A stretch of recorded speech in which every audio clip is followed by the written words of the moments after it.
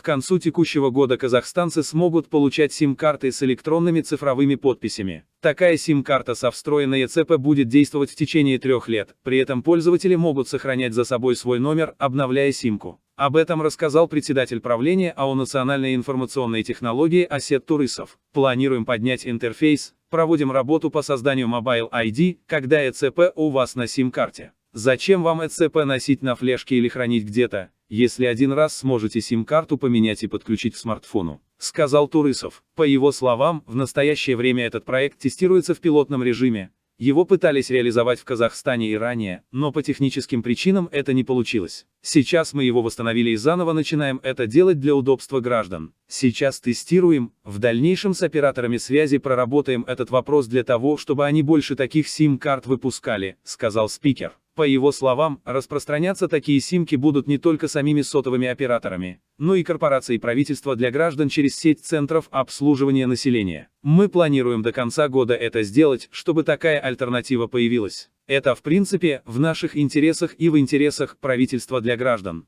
Чем быстрее это будет, тем легче будет и нам, и гражданам, поскольку сейчас люди приходят в ЦОН и ждут, берут флешку или куда-то загружают ЭЦП, потом могут потерять, забыть, отметил Турысов. Он напомнил, что в настоящее время на портале электронного правительства размещено порядка 250 сервисов и услуг. Имея ЭЦП, можно в своем личном кабинете узнать о наличии штрафов, а также получить ряд справок в режиме онлайн. При этом имеется возможность зарегистрироваться в мобильной базе граждан и получить эти справки посредством Telegram-бота. Помимо этого, реализуется проект «Шаговая доступность», когда некоторые виды справок можно получить через терминалы Касса-24. По всей республике установлено 15 тысяч таких терминалов. Мы планируем эту линейку расширять. Возможно, подключим и другие терминалы, которые тоже популярны в Казахстане. Цель такова, чтобы пришел один раз в ЦОН, зарегистрировался, подтвердил, что это ты, зарегистрировал все свои данные и потом пользовался всем Telegram-ботом, Кассой-24, заключил Турысов.